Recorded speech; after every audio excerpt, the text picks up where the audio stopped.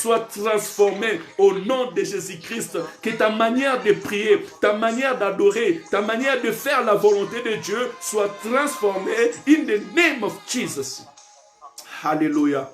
Seigneur, merci pour ta grâce. Merci pour ce temps. Merci car tu nous bénis ce matin. Gloire à toi, Jésus. Alléluia. Gloire à Jésus. Gloire à Jésus. Gloire à Jésus. Oui, bien-aimé, que le Seigneur garde, le Seigneur va réellement nous bénir. Ce matin, nous allons encore recevoir l'enseignement. Je vous prie, bien-aimé, d'avoir le temps de lire la parole, d'avoir le temps aussi dans l'enseignement. Il est très important. Il n'y a que dans la parole de Dieu que nous allons entrer à connaissance de tout ce qui est en train de se passer actuellement. Croyez-moi, bien-aimés, si nous voulons recevoir la connaissance, si nous voulons savoir les choses qui se passent dans le temps, c'est qu'en lisant la parole de Dieu. Tu as besoin d'avoir la révélation du temps. Tu as besoin de connaître le temps que nous sommes, c'est dans la parole de Dieu. Jésus-Christ ne va surprendre personne. Hein? Nous ne savons ni l'heure ni le temps, mais nous pouvons lire les signes de temps et savoir comment nous pouvons faire. La parole nous appelle dans la sagesse et dans l'intelligence. Ne soyons pas les 5 vierges folles qui ont éteigné, qui n'avaient plus de l'huile dans leurs lampes parce qu'ils n'avaient pas le temps de faire des réserves. Mais soyons ces personnes, ces hommes et ces femmes qui sont éveillés, qui remplissent leur huile. Comment nous allons remplir l'huile dans nos réserves? C'est en priant, c'est en cherchant la face de Dieu, c'est en lisant la parole de Dieu. Nous allons être remplis du Saint-Esprit et nous allons être remplis de la connaissance. Que Jésus-Christ vienne dans le jour ou qu'il vienne dans la nuit, tu ne seras pas surpris si tu es dans la prière, si tu es dans la recherche de la face de Dieu et si tu marches dans la crainte de l'Éternel. Ceux qui seront surpris, c'est ceux qui rejettent la parole de Dieu. Ceux qui seront surpris, c'est ceux qui refusent de croire au nom de Jésus-Christ. Ceux qui seront surpris, c'est ceux qui prennent à la légère leur vie chrétienne. Mais je bénis le Seigneur parce que tu es vraiment dans la lignée de ceux qui prennent en considération la parole de Dieu. Aujourd'hui, nous allons parler de la fête des tabernacles. Et dans notre grand thème, nous parlons des fêtes de l'Éternel. Pourquoi nous parlons des fêtes de l'Éternel? Parce que, étant enfant de Dieu, nous devons savoir que Dieu, quand il a apparu à Moïse, à Abraham, à Moïse, il a dit, je suis le Dieu de vos pères, le Dieu d'Abraham, d'Isaac et de Jacob. Dieu, quand il appelle quelqu'un, il l'amène toujours dans la source pour savoir où il a commencé avec lui. Et de la même manière aussi, si nous voyons les choses à venir, même les grandes fêtes, les grandes cérémonies à venir, les grands événements qui vont à venir, tous, ils ont déjà leur source. Et à travers la parole de Dieu, nous avons compris et que tous les grands événements qui sont passés, Dieu a utilisé ces fêtes à lui parce qu'il dit à Moïse, vous ferez les fêtes de l'Éternel. Par exemple, nous avons vu la Pâque et nous avons compris que Jésus-Christ a accompli la Pâque dans sa mort sur la croix. Il était cet agneau qui devait être immolé. Pourquoi? Parce que Israël, avant d'être délivré de la puissance des pharaons, il devait immoler l'agneau pendant la nuit. Et nous avons vu aussi que Jean-Baptiste, quand il a vu Jésus, il a dit, voici l'agneau de Dieu qui ôte les péchés du monde. Et de la même manière que Dieu a délivré Israël de la puissance des pharaons, dans le livre des Colossiens, la parole déclare, il nous a délivrés de la puissance des ténèbres et il nous a transportés dans le royaume de son Fils bien-aimé, en qui nous avons la rédemption et la rémission du péché. Et donc nous voyons que parmi ces fêtes, Dieu a accompli. La fête de la prémisse, on nous a dit, ça devait se passer le lendemain du sabbat. Et nous avons vu que Christ est la résurrection. Et c'est lui qui présente la prémisse parce que la Bible nous dit que Christ est le premier-né d'entre les morts. Nous avons vu aussi la fête de la Pentecôte, qui est la fête du 50e. C'est ce jour-là quand Israël devait se rassembler après 50 jours. Parce que Dieu avait dit à Moïse de rassembler le peuple après 50 jours, le fête de la semaine. Et là, ils vont célébrer l'Éternel. Et c'était le jour de la Pentecôte. Et en ce jour-là, 10 jours après que Jésus-Christ est monté au ciel, parce que Jésus-Christ était ressuscité, Après 40 jours, il a apparu sur la terre pendant 40 jours. Et le 40e jour, il était monté au ciel et il a parlé à ses disciples de ne pas s'éloigner de Jérusalem. Les disciples ne savaient pas que dans la Pentecôte, ils auront la bénédiction du Saint-Esprit de Dieu. Mais or, le jour de la Pentecôte, la Bible dit pendant le matin, vers 9 heures du matin, le Saint-Esprit était descendu et s'est posé sur eux. Et nous voyons que dans la fête du 50e, c'est aussi cette fête que Dieu avait préparée pour la Pentecôte. Qu'est-ce que je veux dire par là? Que chaque événement, chaque fête juive célébrée par les juifs a une signification dans notre temps aujourd'hui. Voilà pourquoi nous devons rester toujours éveillés pour la gloire de l'Éternel. Et le dimanche passé, nous avons parlé de la fête de la moisson. Et dans cette fête de la moisson, nous avons vu que Dieu avait dit à Moïse de fêter après 7 mois. Donc, pardon? Moisson, trompette, c'est ça. La fête de la moisson, la fête de la moisson ou la fête des trompettes, voilà. Quand on parle de la fête de la moisson, c'est la fête des trompettes, c'est la même fête. Donc, dans cette fête de la trompette, oui, j'avais précisé la fête de la trompette, la fête de la moisson, Israël devait se rassembler dans le septième mois. Et je précise que le 7e mois, ce n'est pas le mois de juillet comme nous. Parce que le 7e mois, c'est le mois de septembre. Pourquoi le mois de septembre? Parce qu'en Israël, où Juif, selon Dieu, a donné à Moïse, nous commençons le premier mois, c'est le mois d'avril. Donc, en commençant avril, mai, juin, juillet, août, on tombe au mois de septembre. Septembre, octobre. Alors, les enfants d'Israël devaient se rassembler au son de la trompette. Maman Nadia, que le Seigneur te bénisse. Au son de la trompette, Israël devait se rassembler. Et cela signifiait aussi une chose. Ça signifie une fête à venir. Parce que si la Pâque est accomplie, la Pentecôte est accomplie, mais la fête de la trompette pour nous, enfants de Dieu, ce n'est pas encore accompli. Nous sommes en train de l'attendre dans le temps et dans la prophétie. Parce que nous avons vu que dans le livre d'Apocalypse, chapitre 20, et que au son de la trompette, le Seigneur dans son avènement, au jour de son avènement, il descendra dans les airs avec ses anges, et au son de la trompette, les morts en Christ ressusciteront, et nous, son peuple, nous changerons de corps, et nous serons attirés devant lui pour aller rester avec lui pendant 1000 ans. Donc, nous préparons le millénaire. Donc, cela déjà doit nous attirer à savoir que bientôt, il y aura l'enlèvement dans le son de la trompette. Bien-aimé, est-ce que tu seras prêt si Jésus-Christ revient? Est-ce que Jésus-Christ te surprendra comme dans les temps de Noé? Beaucoup ne tenaient pas compte de ce que Noé était en train de faire jusqu'à ce que la pluie a commencé à tomber sur eux. Ne laisse pas que le temps te surprend. Donc, et aujourd'hui, nous allons parler d'une fête très importante. Et nous allons voir aussi dans les temps la fête du tabernacle. Je me permets d'avoir fait cette introduction pour permettre de nous rafraîchir nos mémoires et nous montrer l'importance de ce que nous sommes en train d'être enseignés ce matin. Prends ton temps, tu ne perdras pas d'apprendre encore en ce moment. Et à travers cela, nous allons voir les promesses de Dieu qui arrivent encore. La fête la fête du tabernacle. Même sur Internet, sur Facebook, je dis les fêtes de tabernacle. Pourquoi les fêtes de tabernacle? Je l'ai dit ainsi parce que cette fête nous montre encore des choses à venir et plusieurs choses qui restent à venir. Alors, dans le fête du tabernacle, c'est quoi? Le fête du tabernacle, c'est une fête que le peuple de Dieu était en train de commémorer. Tout simplement en se rappelant comment est-ce que le Seigneur a marché avec eux dans le désert. C'est vraiment une représentation de Dieu au milieu d'eux. Nous nous rappelons que Dieu, quand il était avec les enfants d'Israël dans le désert, il a dit à Moïse de faire un tabernacle, un lieu où il devait être avec eux. Et la présence de Dieu était permanente là, par un colonne de nuée. Dieu parlait directement avec Moïse. Nous allons voir les détails avec des versets bibliques tout à l'heure. Alors, chaque année, Dieu avait ordonné à Moïse de faire cette fête et de rassembler son peuple aujourd'hui. Alors, le fête du tabernacle, ça s'est fêté pendant 8 jours. Donc, les premiers jours, il y avait une sainte convocation et jusqu'au 8e jour.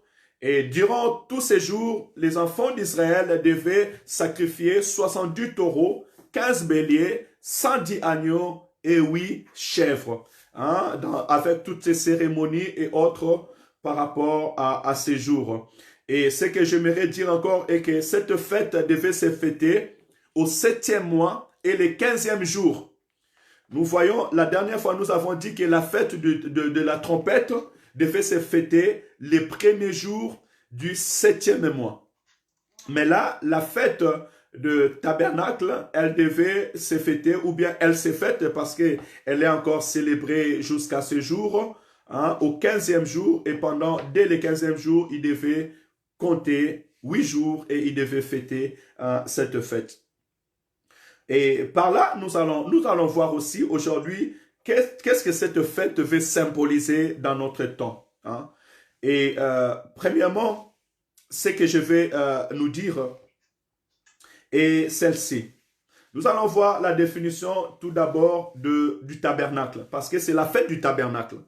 Nous allons essayer d'entrer dans la Bible et je nous encourage, bien aimés, que nous rejoigniez. Nous prenons le temps de lire la parole de Dieu. Et je vais nous donner les versets bibliques que vous allez noter, afin que ça nous sert de leçon pour demain. Et aujourd'hui, nous allons lire de l'Exode et nous allons jusqu'à arriver à Apocalypse. Et petit à petit, nous allons avancer selon la pensée que l'Éternel nous a donnée. Hein. Et premièrement, qu'est-ce que je vais nous dire? Nous allons parler premièrement du tabernacle. Les différents noms du tabernacle, des fois, lorsque vous attendrez parler du tabernacle, vous saurez que le tabernacle, c'est un sanctuaire. Hein? On parle souvent des sanctuaires. Lorsqu'on te parle de sanctuaire, c'est qu'on te parle du tabernacle, hein, ou un saint lieu. Un sanctuaire, ça veut dire un seul lieu. Il y a aussi un autre nom qu'on appelle la tente. Hein? C'est une tente ou le demeure provisoire. Parce que ce qu'il faut savoir que les tabernacles, c'était un demeure provisoire parce que les tabernacles, elles pouvaient bouger. Donc, les enfants d'Israël pouvaient la construire et ils pouvaient la démonter facilement pour aller les reconstruire. Voilà pourquoi pendant 40 ans dans le désert, au fur et à mesure qu'ils déplaçaient, la tente aussi déplaçait avec eux. Donc, Dieu avait donné cela à Moïse et je vous donnerai les versets tout à l'heure. Nous avons du tabernacle. On l'appelle aussi la tente d'assignation, hein, ou bien la tente de témoignage. Donc, lorsque tu attends quelqu'un dire tente d'assignation, tente de témoignage, ou bien la tente tout court, hein, la demeure ou provisoire, ou les sanctuaires, ça parle toujours du tabernacle. Hein, il est très important. Et ce qu'il faut savoir aussi est que le sanctuaire, c'est dans les tabernacles qu'on mettait l'arche. Parce que Dieu avait ordonné aussi à Moïse de faire l'arche. Et dans cette arche, dans l'arche, il y avait, comment je peux dire, la tablette de la loi. Et toutes les paroles que Dieu avait données à Moïse, les ordonnances étaient au sein de l'arche de l'Éternel. Et puis, les tabernacles venaient abriter cela. Et on mettait l'arche dans le lieu très saint. C'est ce que je peux nous dire ce matin. Et qu'est-ce que dire encore sur les tabernacles? Sur les tabernacles, on doit savoir que les tabernacles avaient plusieurs parties. On avait premièrement dans le parvis où on trouvait l'autel de l'holocauste, la cuve des reins. Et puis, lorsqu'on entrait dans les tabernacles, au sein de les tabernacles, il y avait deux parties aussi qui étaient le lieu saint et le lieu très saint. Hein? Et dans le lieu très saint, on sait bien qu'il y avait tout simplement les sacrificateurs qui devaient entrer dans le lieu pour faire des sacrifices. Nous allons ouvrir la Bible pour voir dès l'origine comment est-ce que ça a commencé, hein, l'origine du tabernacle, et nous verrons aussi l'origine de la fête du tabernacle. Exode chapitre 25. Je vais vous encourager à les lire tous à la maison. Moi, je vais vous donner seulement les versets clés. Et vous allez lire le chapitre à la maison pour comprendre les détails. En parlant du tabernacle, on voit Exode chapitre 25. Exode chapitre 25.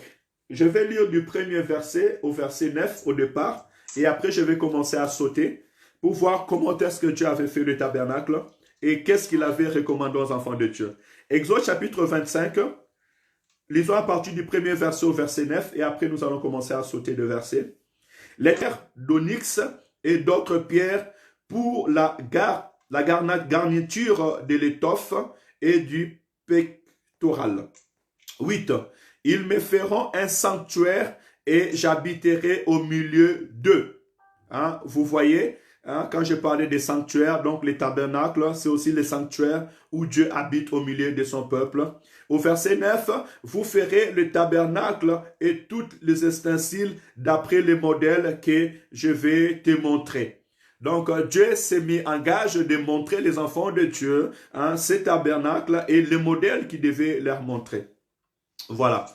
Donc, et je vais encourager les enfants de Dieu à savoir que nous avons tout dans la parole de Dieu.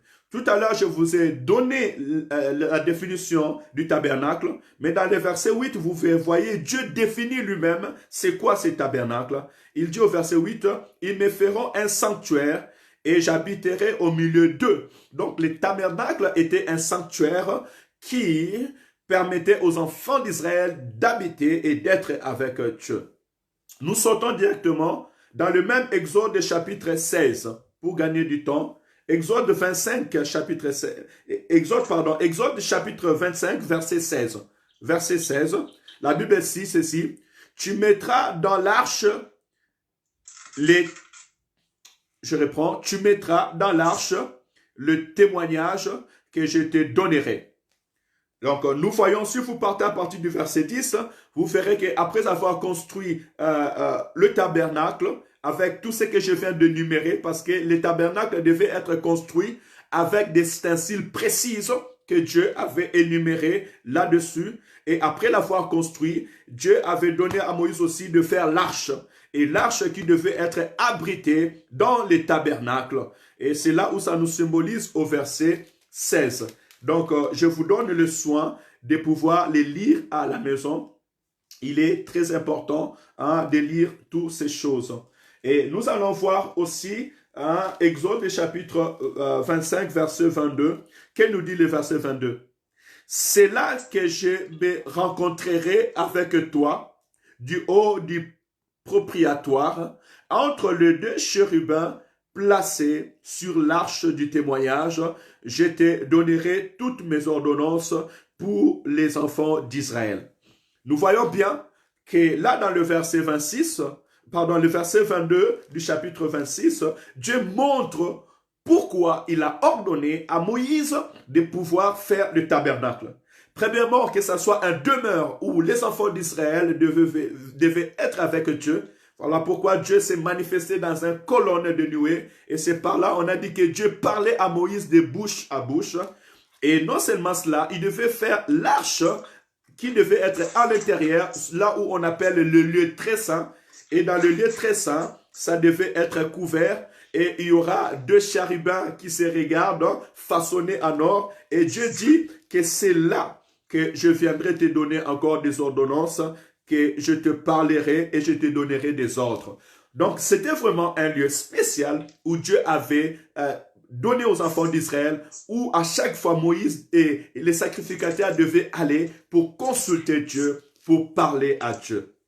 Voilà. Donc, si je comprends bien, dès le départ, Dieu avait voulu que les enfants d'Israël puissent avoir un lieu où ils pouvaient parler avec lui, le rencontrer. Donc, depuis les temps, Dieu aime toujours être avec les hommes, marcher avec les hommes et parler avec son peuple. Que le Seigneur nous bénisse. Donc, par là, nous venons de voir l'origine du tabernacle. Comment le tabernacle a été fait. Je vous encourage dans la semaine, si vous avez le temps, de les lire. Maintenant, nous voulons parler de la fête du tabernacle. C'est quoi la fête du tabernacle? Et même quand je suis en train de vous parler maintenant, c'est que je vais nous attirer une attention. Si autrefois Dieu avait besoin d'un tabernacle où il devait habiter avec les hommes, parler avec les hommes, aujourd'hui la Bible nous dit que ne savez-vous pas que votre corps est le temple du Saint-Esprit? Donc aujourd'hui, Dieu n'habite plus dans les tabernacles faits de la main d'homme, mais aujourd'hui, Dieu habite en nous, notre corps devient son sanctuaire, son tabernacle. Voilà pourquoi les disciples, lorsqu'ils sortaient du temple, ils ont voulu montrer à Jésus-Christ la beauté et la grandeur du temple. Jésus-Christ a dit, détruisez ce temple et je le rebâtirai dans 3 jours. Il ne parlait pas de ce temple qu'il voyait, mais il parlait de son corps. Parce qu'il leur a dit, vous voyez tout ce que vous voyez là, il ne restera pas pierre sur pierre. Et c'est vrai, 70 ans après, ce temple a été détruit. Pourquoi je parle du temple? C'est aussi, nous devons savoir que la tente ou bien le tabernacle était fait provisoirement. Parce que dans les temps, les enfants d'Israël ont marché avec l'arche de l'Éternel. Ils construisaient les temples pour garder l'arche de l'Éternel, le tabernacle pour garder l'arche de l'Éternel, jusqu'à ce qu'ils étaient entrés en Israël, dans la terre promise. Et lorsqu'ils sont entrés dans la terre promise, pendant les temps de David, l'arche était toujours là encore. Nous nous rappelons quand David est parti récupérer l'arche des Philistins, quand est-ce qu'il a fêté et les femmes, sa femme a dit, mais pourquoi tu es en train de danser comme ça et tout. Et le cœur de David était de construire un temple pour Dieu, afin que l'arche de l'Éternel puisse habiter là-dedans. Et nous nous rappelons que Salomon a construit maintenant le temple. Et lorsque Salomon a construit le temple de Dieu, en ce moment, l'arche de l'Éternel, qui était abritée dans le tabernacle, a pris place maintenant dans le temple. Donc, le tabernacle était une habitation provisoire de l'arche jusqu'à ce que le temple fut construit et maintenant l'arche de l'Éternel a pris sa place dans le temple. Donc j'ai voulu qu'on puisse préciser ces choses. Maintenant, nous allons continuer et voir l'origine de la fête de l'Éternel. Parce que nous parlons de la fête de l'Éternel. Nous sommes toujours dans l'Ancien Testament et nous allons ouvrir la Bible dans les livres des Lévitiques. Et nous allons voir pourquoi les enfants d'Israël commencent à fêter cette fête du tabernacle. Et pourquoi pas, celui qui a le moyen un jour d'aller en Israël pour célébrer cette fête, allez-y, vous allez comprendre comment ça se fait. Parce que toutes ces fêtes vont se faire jusqu'à ce que Jésus-Christ va venir. Ça, c'est sûr. Lévitique chapitre 23, oui, c'est même Lévitique chapitre 23, c'est notre message de base. Nous ouvrons nos Bibles dans Lévitique chapitre 23. Lévitique chapitre 23, à partir du verset 33 au verset 38. Lévitique 23, 33, verset 38, je lis la parole au nom du Seigneur. L'Éternel parla à Moïse et dit, parle aux enfants d'Israël et dit, le 15e jour de ce 7e mois, ça sera la fête de tabernacle, à l'honneur de l'Éternel, pendant 7 jours. Le premier jour, il y aura une sainte convocation. Vous ne ferez aucune œuvre servile. Pendant 7 jours, vous offrirez à l'Éternel des sacrifices consumés par le feu. Le 8e jour, vous aurez une sainte convocation et vous offrirez à l'Éternel des sacrifices consumés par vous, consumés par le feu. Ce sera une assemblée solennelle. 37. Telles sont les fêtes de l'Éternel, le sainte convocation que vous publierez, afin qu'on leur offre à l'Éternel des sacrifices consumés par le feu, les holocaustes, les offrandes, des victimes et des libations, chaque chose au jour fixé. Vous observerez en outre les sabbats de l'Éternel et vous continuerez à faire vos dons à l'Éternel, tous vos sacrifices pour l'accomplissement d'un vœu et toutes vos offrandes volontaires. Donc, par là, nous venons de voir et que Dieu lui-même avait ordonné à Moïse que les enfants d'Israël puissent faire cette fête de tabernacle. Et cette fête de tabernacle, comme je l'ai dit à mon introduction, devait se faire le 15e jour du 7e mois, qui est aujourd'hui pour nous le mois d'octobre, hein, le mois d'octobre, septembre, octobre pour nous. Et le 15e jour, cette fête devait se fêter. D'où il n'y a rien qui peut se passer sans la volonté de Dieu, sans la pensée de Dieu. Et à travers cette parole, nous venons de comprendre que si Israël avait fêté la fête du tabernacle, c'est parce que le Seigneur avait ordonné.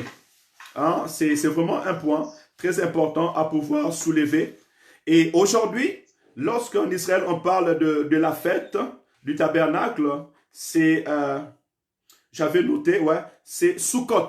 Donc on te parlera de la fête de Sukkot. Quand tu entends parler de la fête de Sukkot, c'est que c'est la fête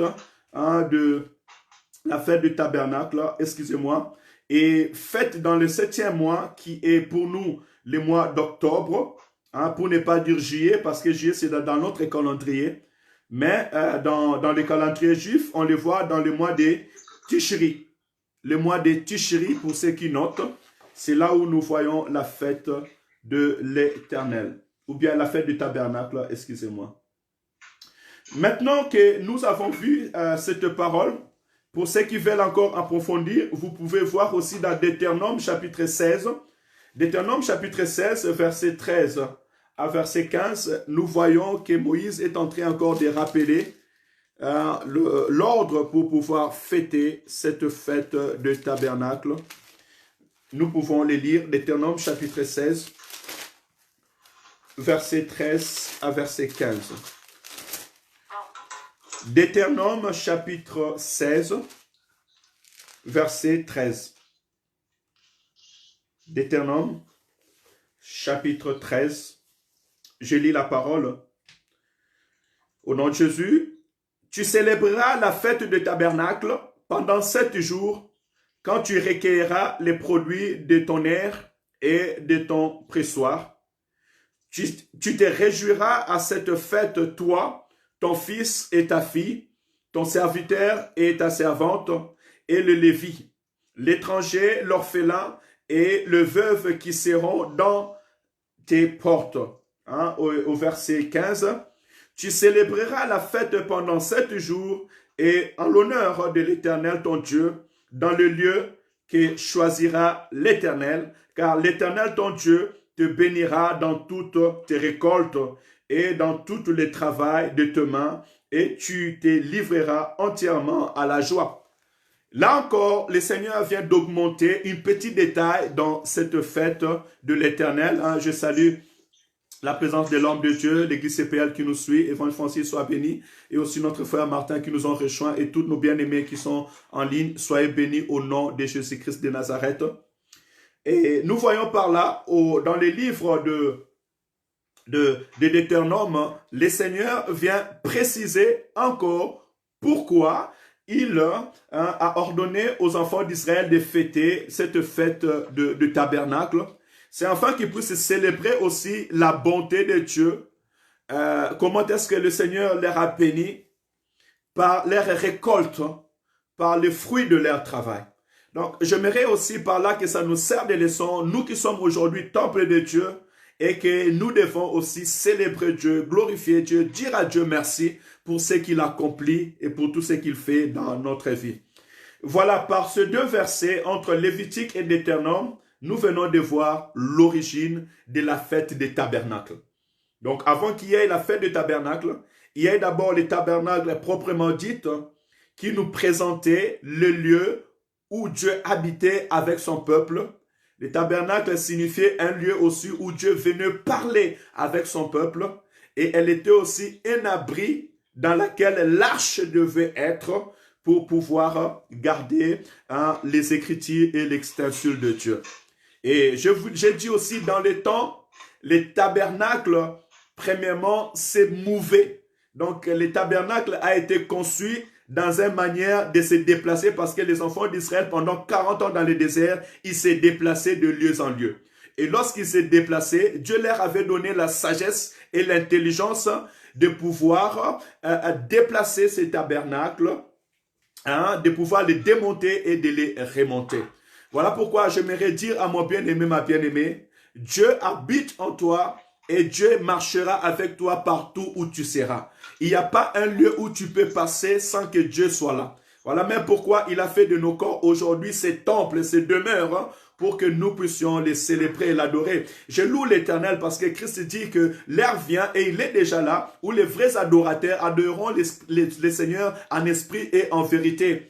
Si autrefois les gens devaient aller à Jérusalem, pourquoi à Jérusalem? Parce que dans le fil de temps, l'arche de l'Éternel qui était abritée dans le tabernacle, maintenant cette arche était abritée dans les temples que Salomon avait construits.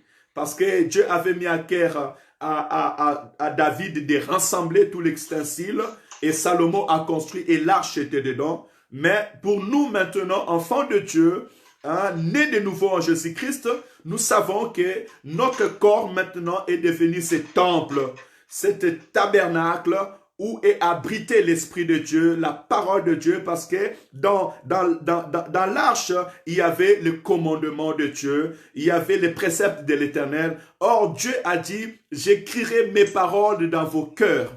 Aujourd'hui, le Seigneur a écrit ses commandements dans nos cœurs, il a écrit ses commandements dans nos vies afin que nous puissions les pratiquer. Donc, j'aimerais te rassurer ce matin, tu es le temple de Dieu et en toi, il a l'arche de l'Éternel, là où le commandement de Dieu est. Et de la même manière que l'arche était en train de mouver, se déplacer dans le désert, parce que nous aussi aujourd'hui, nous sommes l'image de ces peuples qui sont en train de marcher dans le désert. Nous ne sommes pas dans notre lieu, fixe. Hein. Nous sommes en train de se déplacer et notre marche c'est vers la nouvelle Canaan, la nouvelle Jérusalem, là où nous allons habiter avec notre Seigneur et Jésus-Christ. Et je peux soulever un point en disant, la marche des enfants d'Israël dans le désert, c'est aussi notre marche à nous aussi, Église, sur ce monde, devant la persécution, les soucis, les combats, mais nous allons vers notre Canaan spirituel. Et nous allons y arriver à travers même cette fête des tabernacles. Et prends courage, Dieu est avec toi, Dieu marche avec toi. Et nous allons maintenant commencer à voir qu'est-ce que cela signifie, hein, la fête des tabernacles pour nous aujourd'hui. Mais avant d'arriver dans le Nouveau Testament, nous allons nous arrêter dans les livres de la prophétie. Pourquoi dans les livres de la prophétie? Parce que Dieu, quand il veut réaliser quelque chose, il parle toujours. Comme on avait vu l'autre fois, avant que le Saint-Esprit vienne, il avait parlé dans la bouche de son prophète Joël. Et Jésus-Christ l'a rappelé. Et le jour de Pentecôte était arrivé pour accomplir ces choses. Nous allons ouvrir la Bible dans le livre de Zacharie. Et nous voyons que le prophète Zacharie va nous parler encore de cette fête des tabernacles, mais dans une autre dimension. Parce que Zacharie fêtait aussi cette fête. Zacharie, chapitre 14. Zacharie, chapitre 14. Hop. Nous cherchons, hein? Voilà, bientôt arrivé. Zacharie, elle est bien à côté de Malachie. Voilà. Zacharie, chapitre 14, la Bible me dit. Zacharie, chapitre 14, verset 16 et verset 19. Verset 16 à verset 19. Et je nous encouragerai de pouvoir lire beaucoup la parole de Dieu et aussi les livres de la prophétie, surtout pour ces temps. Que le Seigneur nous aide. Nous essaierons aussi dans notre temps de méditation de la parole, pouvoir lire les livres de la prophétie. Et vous verrez déjà que dans les livres de Zacharie, chapitre 14, Zacharie est en train de parler du jour de l'Éternel, donc de l'avènement du Fils de l'homme. Nous allons tout simplement lire verset 13 à verset 15. La Bible nous dit ceci. Je lis au nom du Seigneur Jésus. En ces jours-là, l'Éternel produira un grand trouble parmi eux. L'un saisira la main de l'autre, et ils lèveront la main les uns sur les autres. Juda combattra aussi dans Jérusalem, et l'on amassera les richesses de toutes les nations d'alentour, l'or, l'argent et les vêtements en très grand nombre. Le plaie frappera de même les chevaux, le mule, les chameaux, les ânes et toutes les bêtes qui seront dans ces camps. Cette plaie sera semblable à l'autre.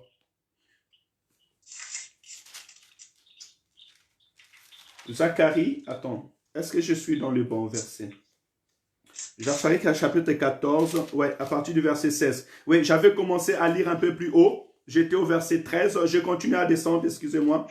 Au verset 16, la Bible dit ceci, Zacharie chapitre 14, verset 16. Tous ceux qui resteront de toutes les nations venus contre Jérusalem monteront chaque année pour adorer le roi, l'Éternel des armées, et pour célébrer le fête de tabernacle. Hein, la fête de tabernacle, on les retrouve là. S'il y a des familles de la terre qui ne montent pas à Jérusalem pour adorer le roi, l'Éternel des armées, la pluie ne tombera plus sur elles. Nous voyons par là Zacharie chapitre 14, verset 16 à verset 19. On me dit de lire encore les deux derniers versets. Je vais continuer donc 18 et 19. Si la famille d'Égypte ne monte pas, si elle ne vient pas, la pluie ne tombera pas sur elle. Elle sera frappée de la plaie de l'Éternel, qui ne montera pas pour célébrer l'Éternel, la fête du tabernacle. Non, je reprends le verset 18. Si la famille de l'Égypte ne monte pas, si elle ne vient pas, la pluie ne tombera pas sur elle. Elle sera frappée de la plaie dont l'Éternel frappe les nations. Okay. Qui ne monteront pas pour célébrer la fête du tabernacle. Verset 19. Ce sera le châtiment de l'Égypte, le châtiment de toutes les nations, qui ne monteront pas pour célébrer la fête du tabernacle.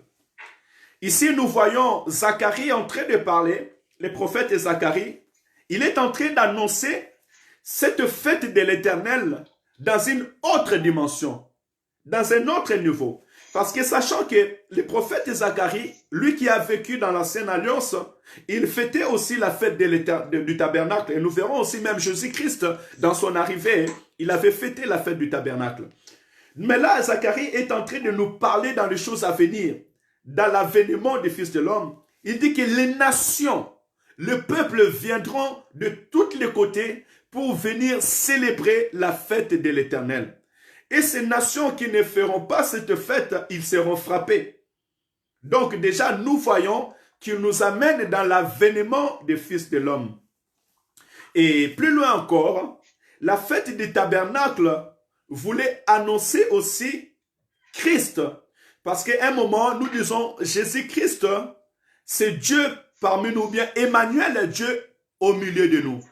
Et si je remarque, et que vous verrez même dans le temps dont on fêtait la fête, le fête juif, il y a des personnes qui venaient, et surtout avant l'ascension de notre, disons, avant la mort de notre Seigneur Jésus-Christ, les gens qui venaient, d'autres se cherchaient à voir Jésus. Pourquoi? Parce qu'ils ont entendu parler. On voit par exemple l'inique éthiopien, ou bien plusieurs personnes venaient en Israël pour pouvoir écouter Jésus-Christ, écouter le miracle qu'il a fait. Et lorsque même on avait arrêté Jésus, le roi aussi a voulu le voir parce qu'il a entendu parler de miracles et de prodiges que Jésus-Christ était en train de faire.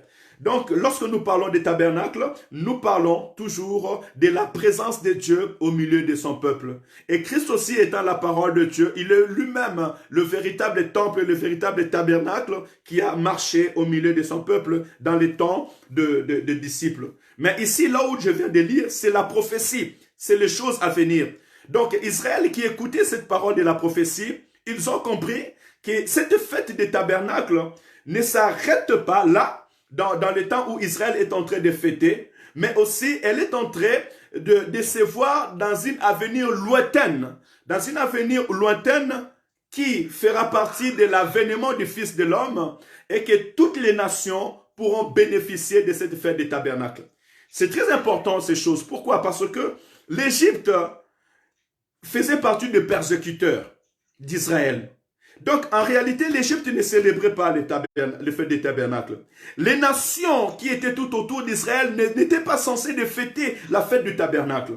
Mais dans un avenir futur, Dieu commençait à prophétiser dans la bouche de Zacharie que des nations viendront. Ils se joindront à Israël pour fêter cette fête des tabernacles.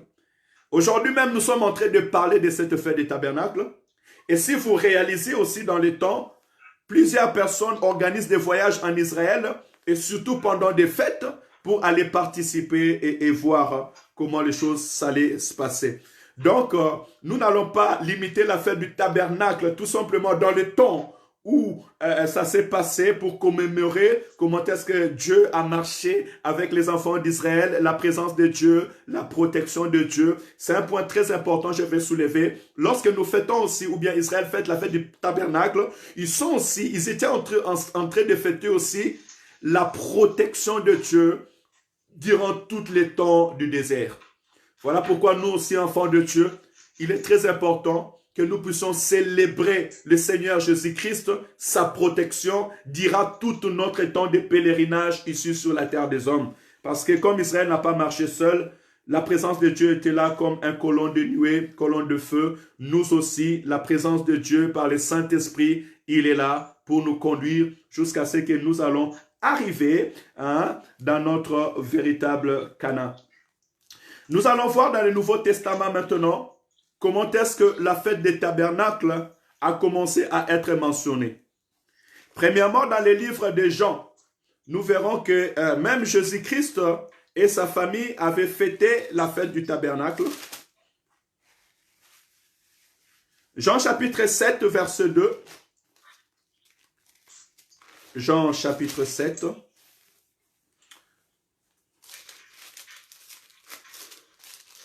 Jean chapitre 7, verset 2.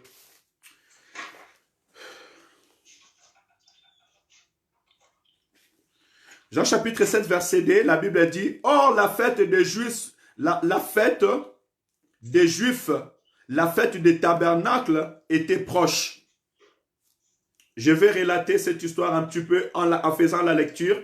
Si nous remontons au premier verset de Jean chapitre 7, la Bible dit ceci. Après cela, Jésus parcourait la Galilée, car il ne voulait pas séjourner en Judée, parce que les Juifs cherchaient à les faire mourir.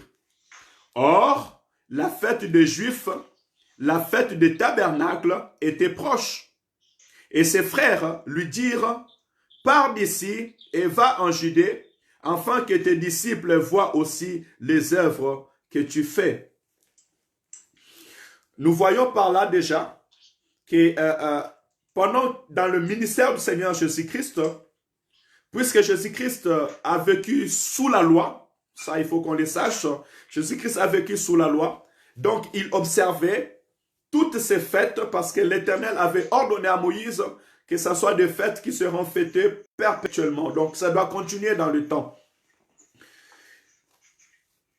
Et là, Christ étant persécuté, au milieu de cette fête des tabernacles au verset 2, ses disciples les poussaient à aller aussi en Judée, afin que d'autres personnes voient de miracles et des choses qu'il est en train de faire.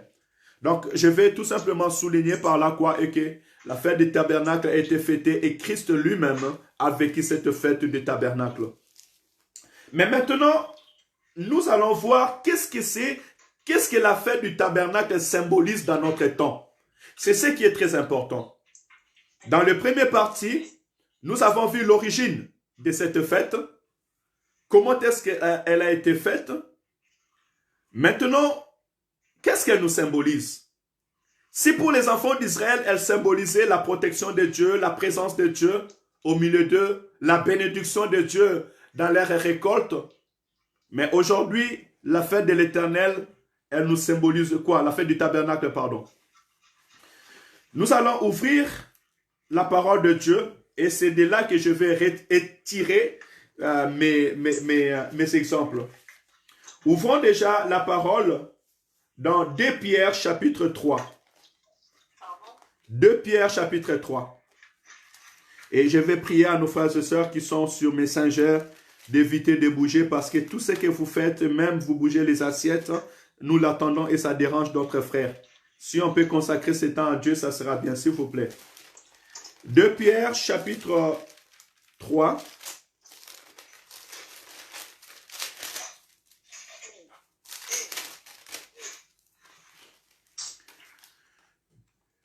2 Pierre chapitre 3, je vais lire à partir du verset 7. Et j'encouragerai l'Église de lire 2 Pierre chapitre 3, même à partir du premier verset. Parce que vous verrez que l'apôtre Paul est en train de donner une certitude du jour du Seigneur.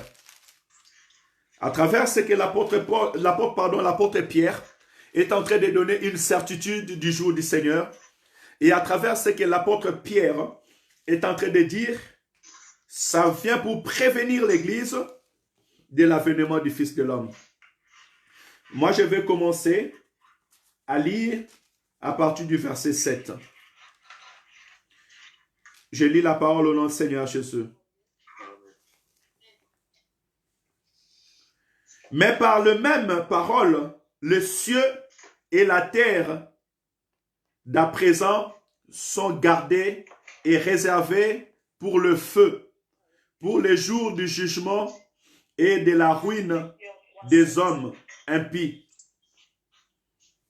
Mais il est une chose bien aimée que vous ne devez pas ignorer, c'est que devant le Seigneur, un jour est comme 1000 ans, et 1000 ans sont comme un jour. Le Seigneur ne tarde pas dans l'accomplissement de la promesse, comme quelques-uns le croient, mais il use de patience envers vous, ne voulant pas qu'aucune périsse, mais voulant que tout arrive à la repentance. 10.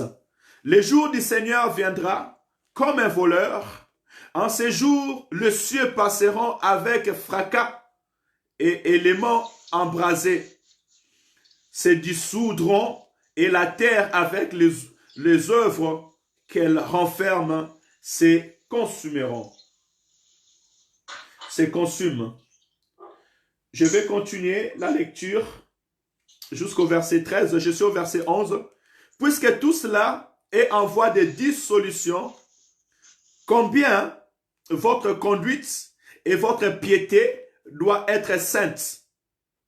Entendez, doit être sainte, oui. Attendez et hâtez l'avènement du jour de Dieu. Voilà, verset 12, elle commence à nous orienter. Attendez et hâtez l'avènement du jour de Dieu, jour à cause duquel les cieux enflammés se dissoudront et les éléments embrasés se fondront. 13. Mais nous attendons, selon sa promesse, de nouveaux cieux et une nouvelle terre, où la justice habitera. Parole du Seigneur. À travers cette parole, Pierre vient nous montrer que cette image de tabernacle nous annonce la création d'un nouveau ciel et d'une nouvelle terre. Pierre veut nous montrer que nous, étant enfants de Dieu, nous devons nous préparer pour entrer dans cette nouvelle terre et dans cette nouveau ciel que le Seigneur prépare pour nous d'avance. Et en lisant cette parole, l'Esprit m'a poussé encore à rester éveillé et à dire aux enfants de Dieu, Israël pendant le désert, lorsqu'il marchait avec les tabernacles, la Bible déclare que plusieurs sont tombés. Parce que beaucoup n'ont pas supporté. Beaucoup n'ont pas été patients. Beaucoup ont murmuré. La vie dans le désert n'est pas facile. Nous le verrons dans les livres d'Apocalypse. Ce que nous pourrons énumérer pour notre génération aujourd'hui. Avec tout ce que nous faisons face. Mais ce que je vais encourager à mon frère et à ma sœur ce matin, de faire trop attention sur notre marche ici sur la terre des hommes, afin que rien ne puisse nous empêcher d'entrer dans notre nouveau ciel et nouvelle terre. Veillez, priez, marchez dans la crainte et dans la sanctification de Dieu. Voilà pourquoi l'apôtre dit encore, puisque tout cela est en voie de dissolution, combien votre conduite et votre piété doit être sainte. Cela m'a interpellé. Parce que nous savons que le monde passera. La terre passera. Et tout ce qu'elle renferme va passer.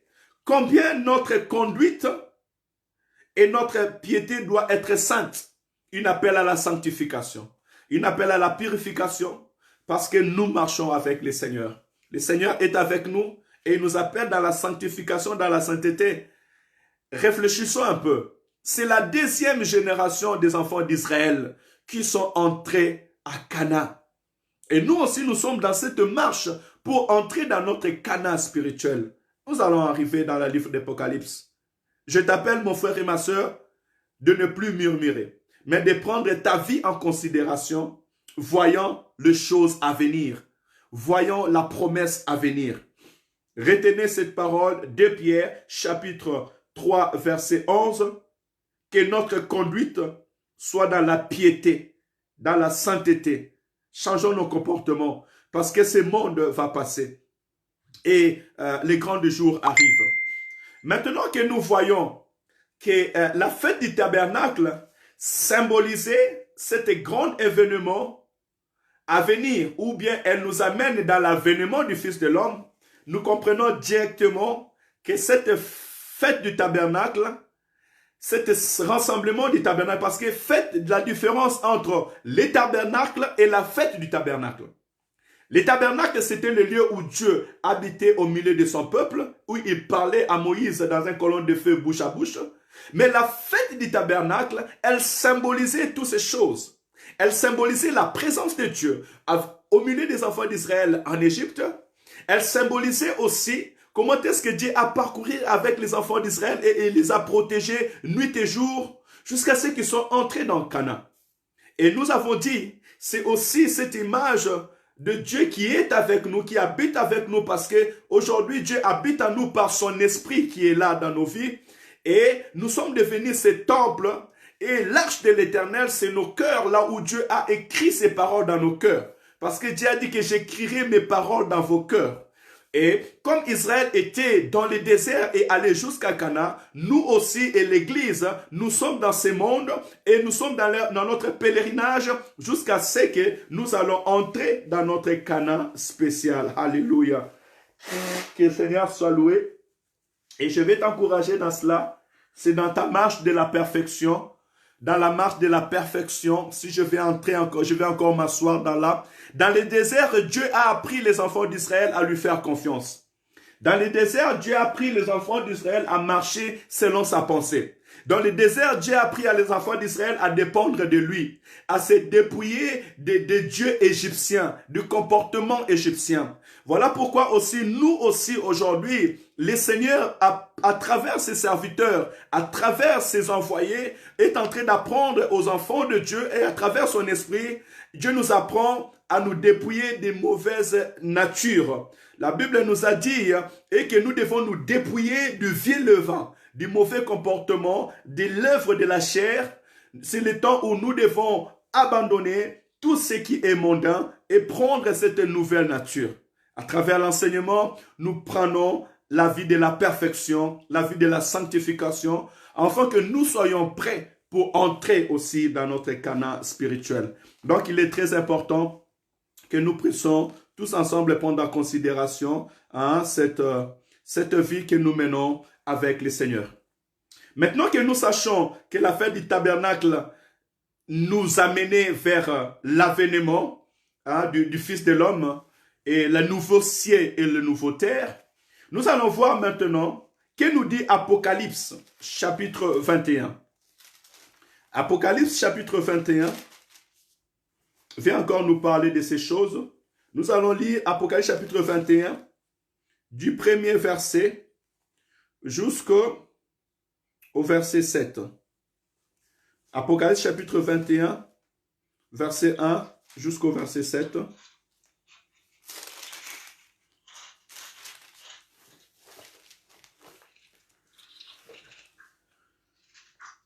Gloire à Jésus.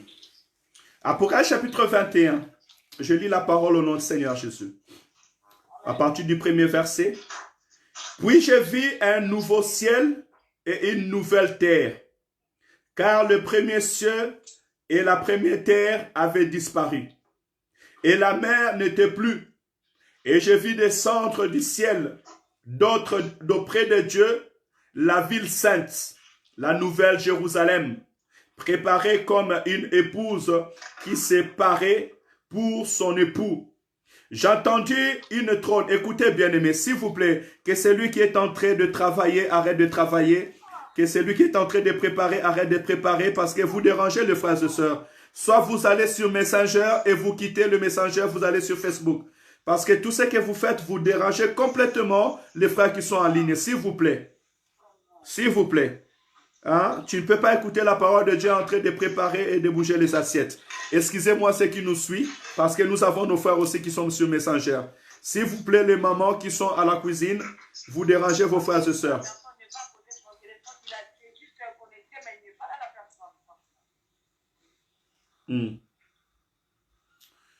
Gloire à Dieu. On va continuer. C'est très important, là où nous allons lire maintenant, bien-aimés. Apocalypse, chapitre 21. Je commence à partir du verset 1. Puis je vis un nouveau ciel et une nouvelle terre. Car le premier ciel et le premier terre avaient disparu. Et la mer n'était plus. Et je vis descendre du ciel, d'auprès de Dieu, la ville sainte, la nouvelle Jérusalem, préparée comme une épouse qui s'est parée pour son époux. J'entendis du trône une forte voix qui disait, les hommes, il habitera avec eux et ils seront son peuple et Dieu lui-même sera avec eux. Au verset 3, nous voyons aussi la définition du tabernacle. Il essuiera toutes les larmes de leurs yeux et la mort ne sera plus. Il n'y aura plus ni deuil, ni cri, ni douleur, car les premières choses ont disparu. Alléluia. Verset 7. Et celui est véritable. Ses paroles sont certaines et véritables. Et il me dit, c'est fait.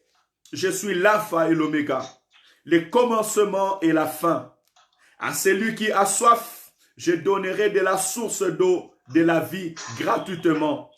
Celui qui vaincra, habitera, héritera ces choses. Je serai son Dieu et il sera mon fils. Alléluia, gloire à Jésus. Bien-aimés, par là, je vais nous annoncer une bonne nouvelle. La bonne nouvelle que je vais nous annoncer ce matin, et que le Seigneur est en train de préparer une place pour nous. Le Seigneur est en train de préparer la nouvelle Jérusalem pour son peuple. La fête que les enfants d'Israël étaient en train de faire, la fête des tabernacles, était tout simplement l'image de cette fête à venir. De la même manière que Israël aussi s'est rassemblé pour pouvoir fêter la fête du tabernacle, Dieu aussi va nous rassembler devant sa face. Le Seigneur Jésus-Christ va aussi nous rassembler devant sa face pour fêter avec lui. Christ même en montant, il a dit aux disciples, je m'en vais vous préparer une place. Et lorsque j'aurai fini de vous préparer une place, je viendrai et je serai avec vous. Je viendrai vous prendre afin que là où je suis, vous aussi vous soyez. C'est là la profondeur de la parole. La fête des tabernacles nous annonce les choses à venir. Nous annonce quoi? La venue du Seigneur Jésus-Christ et nous annonce les nouveaux cieux et les nouvelles terres. Et j'ai voulu épingler quelque chose. Tout à l'heure, je nous ai dit les enfants d'Israël dans le désert, parce que le désert est l'image de la sécheresse, le désert est l'image de la souffrance, le désert est l'image de la faim, le désert est l'image de la fatigue. Le désert est l'image de soif. Le désert est aussi l'image de la mort. Parce que les enfants d'Israël ont connu tout cela dans leur désert. Mais aussi, nous aussi, peuple de Dieu aujourd'hui, si Israël a connu tout cela, aujourd'hui la parole nous dit à partir du verset 4, il dit, il essuiera toutes les larmes de leurs yeux et la mort ne sera plus. Aujourd'hui, nous sommes en train de faire face à la mort. Mais le Seigneur nous donne une bonne nouvelle. Que dans son tabernacle, dans la nouvelle Jérusalem, la mort ne régnera plus. Il n'y aura plus la mort. Et tu connaîtras plus la mort. Il dit, il n'y aura ni deuil, ni cri, ni douleur. Même si aujourd'hui, nous sommes troublés par la mort. Nous sommes troublés par le deuil, ou que nous avons perdu les personnes ou les membres de nos familles. Mais le Seigneur nous promet quelque chose. Dans la nouvelle tabernacle, dans le nouvel Jérusalem, il n'y aura plus de deuil. Il n'y aura plus de cris. Il n'y aura plus de douleur. Donc, prenons cela en considération. Prends courage, mon frère et ma soeur. Toi qui es en train de vivre ces temps de douleur. Toi qui es en train de vivre, ou nous qui sommes en train de faire face. Parce que dans ce monde, il y a la souffrance, il y a les rejets, qui est l'image de la douleur, il y a la pénurie, les hommes, il y a des guerres, des hommes sont en train de rejeter les uns ses frères, les uns ses sœurs, les uns aussi sont en train de rejeter la parole de Dieu, l'église est en train d'être persécutée. Oui, nous sommes en train de passer des temps de douleur, nous sommes en train de passer les temps de souffrance, mais ce qui est sûr et certain, c'est que l'Éternel nous promet encore ce matin et que dans la nouvelle Jérusalem, il n'y aura plus de deuil et la mort ne prendra plus place. Il n'y aura pas la maladie. Même si aujourd'hui, dans cette génération, il y a le coronavirus qui est en train de persécuter, d'autres les sida et autres, le cancer, toute cette maladie qui est en train de combattre ce monde avec les princes de ce monde. Mais la nouvelle Jérusalem, nous n'allons plus faire face à cela. L'Éternel prépare pour nous une vie qui sera une vie de paix et une vie de joie. Toutes ces choses vont passer. De la même manière que le désert a passé et Israël est entré dans l'ère Canaan, nous aussi, nous verrons ces cieux passer, ces autorités passer, les princes de ce monde et tout ce que le monde est en train de nous présenter aujourd'hui comme persécution, cela passera et nous entrerons dans une nouvelle vie. C'est ce que nous représente la fête du tabernacle. Et nous voyons bien, bien-aimés, ce matin, et nous venons de lire ce matin, que ces paroles sont véritables. Et écoutez, avant de conclure, nous allons tirer les leçons dans ce que le Seigneur a dit, qui est très important. Il dit quelque chose, il dit, il essuiera les larmes de nos yeux. Oui, la mort ne sera plus, j'ai déjà dit. Il dit au 5, et celui qui était assis sur le trône dit, voici, je fais toutes choses nouvelles. Et il dit, écris, car ces paroles sont certainement véritables. Les paroles que nous écoutons sont certainement et véritables. Celui qui est assis sur son trône, c'est le Seigneur notre Dieu. C'est Jésus-Christ de Nazareth. Il vient nous rassurer ce matin que la parole qu'il a écrite est sûre et certaine. De la même manière que Moïse avait vu les tabernacles dans la vision que Dieu lui a montré. Et il a construit. Et Dieu lui avait dit que j'habiterai avec mon peuple. Et Dieu, après la construction du tabernacle, a habité au milieu de son peuple. Il les a protégés et marché avec eux jusqu'à ce qu'ils sont entrés en Israël. De la même manière que Jésus-Christ est venu habiter au milieu de nous. Nous avons vu sa gloire. Et il nous a promis qu'il est parti pour revenir. Et Christ, dans la même promesse, il nous atteste que cette fête que les enfants d'Israël étaient en train de faire dans l'ancienne alliance, c'était rassemblement qu'ils faisaient, nous aussi nous allons le faire. Parce que c'était l'image des choses à venir. Dans la prophétie et dans le temps, nous attendons le nouvel ciel et la nouvelle terre. Là où le cri ne sera plus, là où la mort ne sera plus, ça sera le tabernacle de Dieu avec les hommes. Dieu prépare une bonne chose pour toi, bien-aimé. Je peux te rassurer ce matin. Prends patience, marche avec persévérance, ne lâche pas la prise. N'abandonne pas ta vie avec Dieu. N'abandonne pas la vie chrétienne. N'abandonne pas de prier.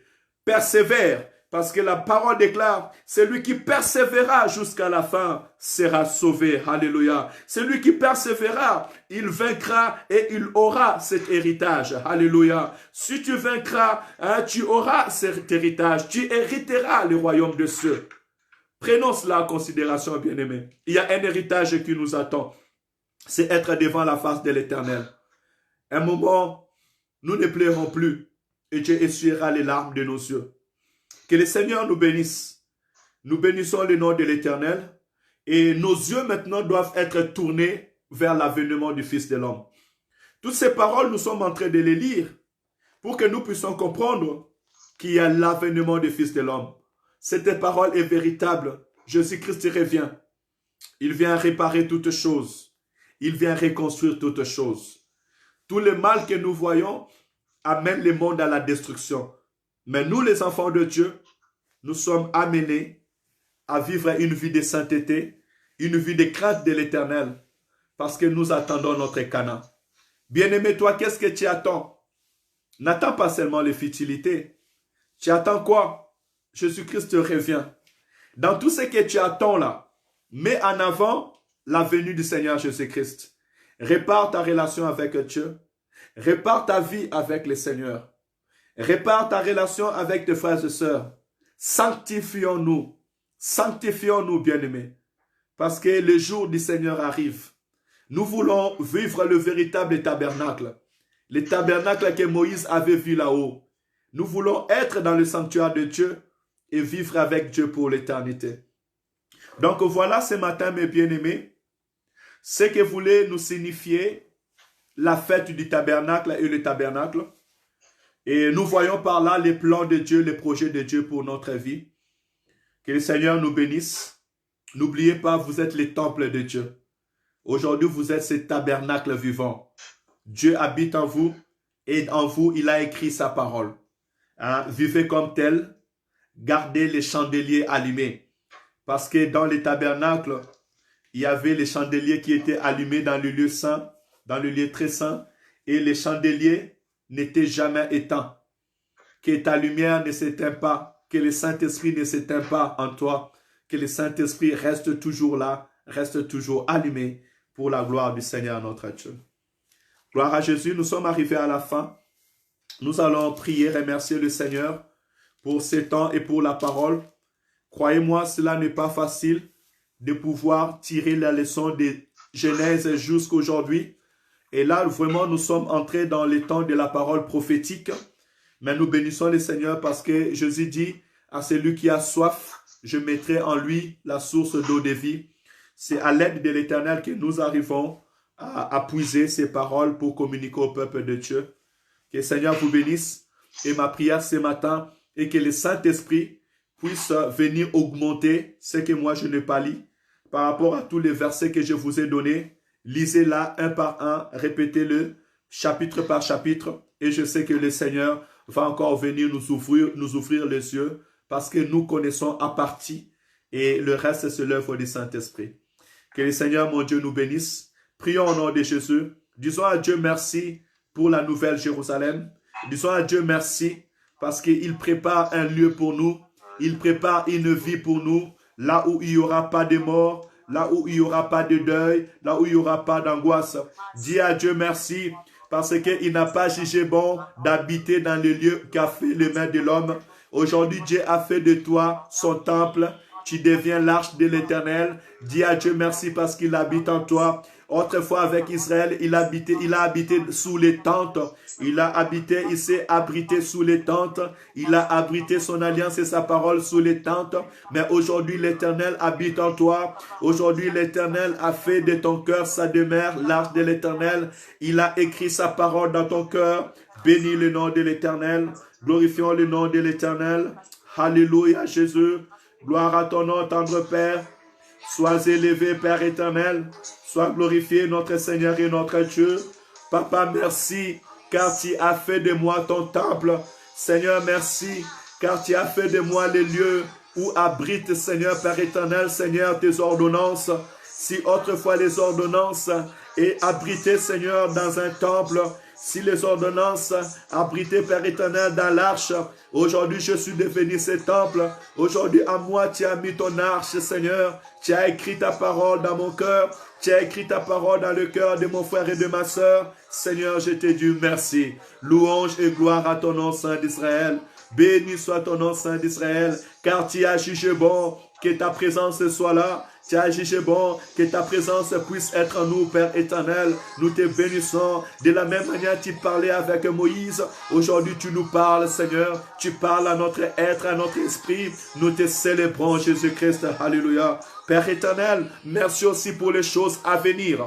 Merci Seigneur car tu prépares pour nous les nouveaux cieux et les nouvelles terres. Seigneur, merci car tu es en train de préparer pour nous ces nouveaux cieux et ces nouvelles terres. Là où, Père éternel, la mort ne sera plus, là où la souffrance ne sera plus, là où le deuil ne sera plus, là où la douleur ne sera plus, tu essuieras les larmes de nos yeux. Seigneur, merci car tu es en train de préparer pour nous un Canaan, un véritable Canaan. De la même manière que Israël était en train d'aller pour vivre dans les lieux où coule le lait et le miel. Seigneur, tu prépares aussi ton église pour aller vivre avec toi dans la nouvelle Jérusalem. Béni soit ton nom, car tu prépares une vie merveilleuse pour ton peuple. Seigneur, merci, car tu mets à notre cœur, Seigneur, à notre esprit, de marcher comme le pèlerin sur la terre. Que nous ne puissions pas nous contenter, Seigneur, des choses de ce monde, mais que dans nos esprits, nous voyons déjà la nouvelle Jérusalem. Comme Israël aussi avait cette espérance qui sont en train d'aller vers leur pays que Dieu a préparé pour eux. Père éternel, de la même manière que tu mets dans nos cœurs, Père éternel, de nous préparer et de marcher vers le nouveau ciel et le nouvelle terre, vers le nouveau Canaan, là où tu as préparé pour nous, saints d'Israël. Oui, garde nos yeux fixés vers ta parole, fixés vers ta promesse. Tu as dit ces paroles sont certaines et véritables. Seigneur, nous voulons combattre les bons combats. Bien-aimé, dis à Dieu de t'aider à combattre les bons combats de la foi. Dis à Dieu de t'aider à combattre les bons combats. Car Christ nous dit, c'est lui qui vaincra, héritera toutes ces choses. Pour hériter les nouvelles Canaan, pour hériter la nouvelle Jérusalem, pour hériter les nouvelles tabernacles de Dieu avec son peuple, il faut gagner les combats. Il faut vaincre. Il faut vaincre la maladie. Il faut vaincre devant la maladie. Il faut vaincre devant la mort. Il faut vaincre devant le souci. Il faut vaincre devant les douleurs. Disons à Dieu de nous donner la force de pouvoir vaincre dans le nom de Jésus. De la même manière que Josué et Caleb ont vaincu devant le désert pour entrer. Seigneur, je te prie de m'aider, Seigneur, à vaincre. Papa, je ne vais pas arrêter ma route comme Moïse avait arrêté son chemin. Père éternel, je ne vais pas arrêter ma route comme aussi les enfants d'Israël étaient tombés dans le désert à cause des murmures, à cause des soucis, des inquiétudes des gens de ce monde. Seigneur, je vais continuer. Je vais vaincre ces combats. Aide-moi à garder la foi. Aide-moi à motiver ton peuple, Seigneur. Aide-moi, Père éternel, à espérer devant la maladie, devant la mort, devant la persécution, devant, Père éternel, Seigneur, le souci de ce monde. Père éternel, devant les douleurs, devant les cris, Seigneur. Donne-moi la persévérance. Donne à l'Église la persévérance. Donne mon frère et ma soeur la persévérance. Malgré, Seigneur, le souci qui se passe dans cette génération. Père Saint, nous te prions de nous soutenir. Seigneur, je te prie de soutenir l'Église, d'aider l'Église locale ACC, l'Église Père éternel locale, Père éternel CPL, tout le corps du Christ, Seigneur, viens nous aider, viens soutenir tes serviteurs et tes servantes, Père éternel, pour que nous puissions vaincre, pour que nous puissions combattre les bons combats, jusqu'à ce que nous entrerons dans la nouvelle Jérusalem. Père éternel, jusqu'à ce que nous allons entrer dans le nouveau cieux et dans le nouveau terre. Papa, nous prions que tu puisses nous aider à hériter cet héritage, à recevoir cet héritage que tu as préparé pour nous d'avance. Dans le nom de Jésus. Dans le nom de Jésus. Alléluia. Bien-aimé, recommande ta famille entre les mains de Dieu. Recommande ta maison entre les mains de Dieu. Recommande tes frères et sœurs entre les mains de Dieu. Et nous recommandons aussi l'Église, bien-aimée. Nous venons de voir ce que Dieu promet pour l'Église. Est-ce que tes enfants entreront aussi dans la nouvelle Jérusalem? Est-ce que ton mari entrera dans la nouvelle Jérusalem? Est-ce que les gens que tu aimes entreront dans la nouvelle Jérusalem? Dis à Dieu de donner le salut dans ta famille. Dis à Dieu de donner la force à ton mari, à ta femme, à tes enfants, à tes bien-aimés, à ceux que tu aimes, qu'ils puissent avoir la force de persévérer, de croire en Jésus-Christ pour qu'ils puissent aussi hériter le royaume des cieux. Prions, alléluia.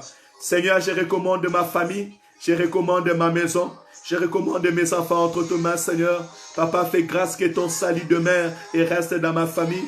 Père éternel, fais grâce, afin que, Seigneur, nous marchons dans ta crainte, dans l'obéissance et dans la sanctification, Seigneur, moi et toute ma famille, afin que Saint d'Israël, Papa, dans ces temps-là, au jour de ton avènement, que ma famille soit prête, que mes amis, mes proches soient prêts, Seigneur, que ce que je tiens au cœur soit prête, que l'église du Seigneur soit prête, que le corps du Christ soit prêt, Père éternel, pour pouvoir entrer, Seigneur, dans la nouvelle Jérusalem, pour pouvoir entrer, Seigneur, dans le nouveau Cana. Seigneur, je te prie, Seigneur, nous te prions, fais-nous grâce, Seigneur. Fais grâce à ton Église, Seigneur, que nous soyons prêts pour pouvoir entrer dans le nouveau Cana au nom de Jésus. Seigneur, nous prions pour l'Église corps du Christ, pour nos frères et sœurs, pour tes serviteurs et tes servantes. Papa, nous prions pour les salis des âmes, parce que ta volonté est que les hommes soient sauvés au plus grand nombre, Seigneur, que tu le veux, Saint d'Israël. Nous prions pour les saluts. Père éternel, en ce moment où le monde est distrait, en ce moment où, Père éternel, l'ennemi est en train de montrer la persécution, la distraction, la mort, en ce moment où les gens se moquent